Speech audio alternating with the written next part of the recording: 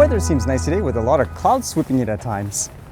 And what's going on today? How about this one? Somebody arrested for capturing drone footage? This one says Chinese students arrested over drone footage of US aircraft carrier. That's not a good idea. As it says here, 3 Chinese students are under investigation over footage captured by a drone of a United States aircraft carrier and naval facilities in South Korea in June, local police said on Wednesday.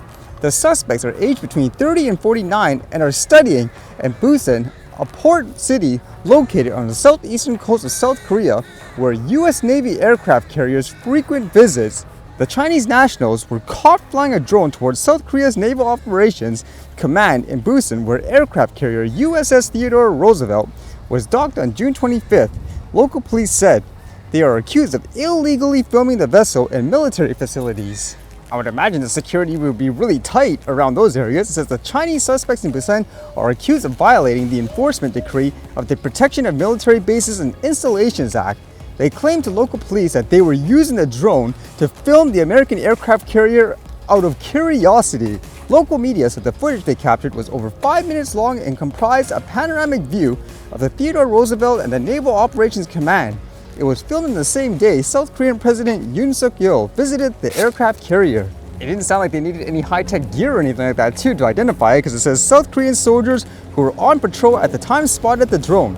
Police in Busan are currently analyzing the suspect's cell phone call recordings and call histories, according to a local media report. So, of course, that raises fear in terms of just regular people using drones to capture videos or images of sensitive areas, because many times people can't really tell if they're working, let's just say, for the government as spies or something like that. They talked about that other incident earlier in the year too, where in Japan somebody captured drone videos of a sensitive area, published it in social media, and it makes you wonder how they were able to, I guess, do that when, again, there should be way more security around those perimeters usually, huh?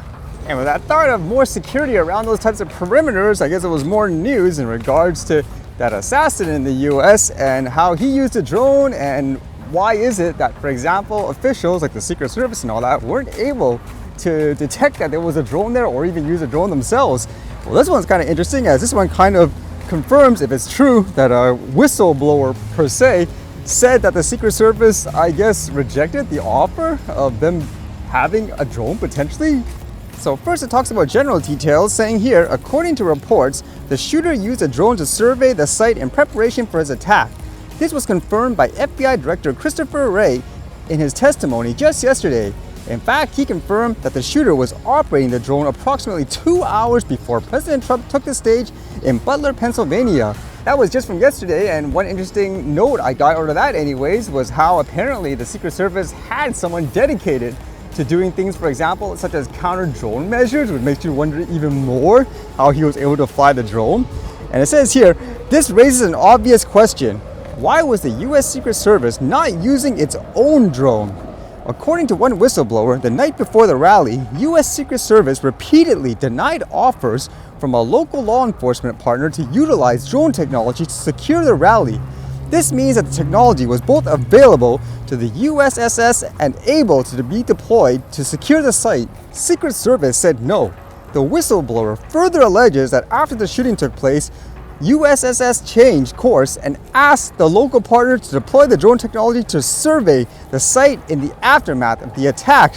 So that's kind of interesting why they would, I guess, reject the offer. And it made me think too, actually, because I thought I heard it in that video that was published recently where it shows people on the rooftop talking to each other afterwards when I guess the shooter was taken down. It sounds like right at the end of the video, you can hear someone in the radio or something asking if they have the drone available.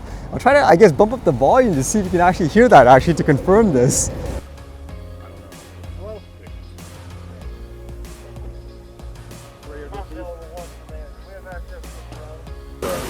I don't know how many Hello? victims. 3 or Foxtrot 1 command. We have access to a drone. But in general, as that thought again, the more you read about this, the more weird it sounds, huh? It doesn't sound like it's just a quote oversight overall. And this piece of news was going around a lot of places today. I actually found out in a weird way where the biggest, I guess, YouTube creator, Mr. Beast, had a partnership with this video game called Monster Hunter Now to promote it. You basically walk around fighting monsters and so forth. But then a lot of the comments, people were posting, for example, like to the company partnering with a pedophile, like and all that stuff. Like, pedophile, what's going on? Apparently it has to do with this, I guess, where one of the person he worked with is being accused of, I guess, grooming kids and all that.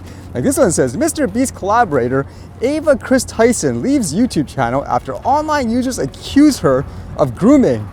Now, to my knowledge too, with this story, the person is transgender. The person came out or something like that in recent times, which generated a lot of controversy. So now with this coming out, I guess you can imagine why it's even more of a big deal.